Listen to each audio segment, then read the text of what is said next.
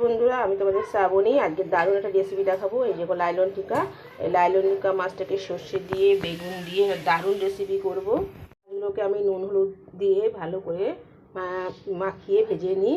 এরকম নুন হলুদ দিয়েছি। ওর সঙ্গে একটা জিনিস দেবো, এটা হচ্ছে কাশ্মীরি লঙ্কা, বেশ লাল লাল হবে। এগুলো ভালো করে ভেজে নিই।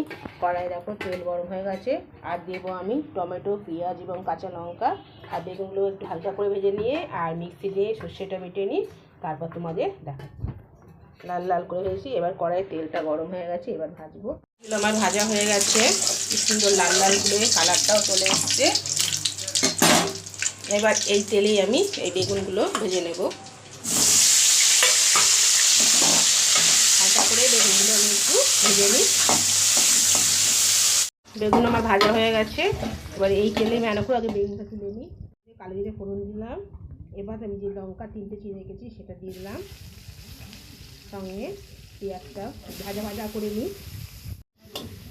দেখো ভাজা ভাজা হয়ে গেছে, একটু লাল করে দিয়েছি। এবার টমেটোটা দিয়ে দিলাম। টমেটোটা একটু নরম হয়ে নিই।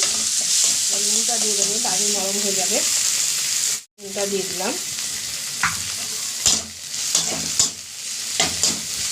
আমার সর্ষেটা বাটা হয়েছে। এবার আমি এর মধ্যে সর্ষেটা দেবো। দেওয়ার আগে আমি হলুদটা দিয়ে দিলাম। এবার সর্ষেটা দেবো।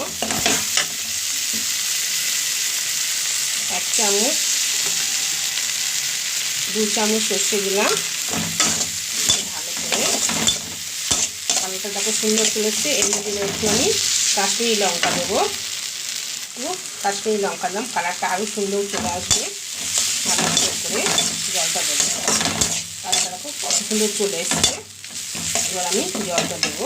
এবার আমি এর মধ্যে সর্ষে ধোয়া জলটা মিক্সি দিয়ে দিলাম। দিয়ে আর একটু জল দেবো। আর একটু জল দিই, তো মাছটা ফুটবে। ঢাকা দিয়ে ফুটে তারপরে মাছটা দেবো।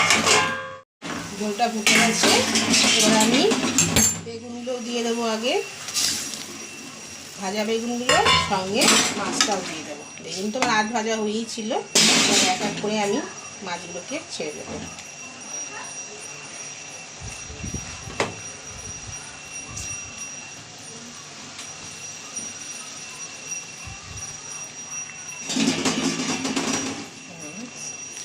এগুলোকে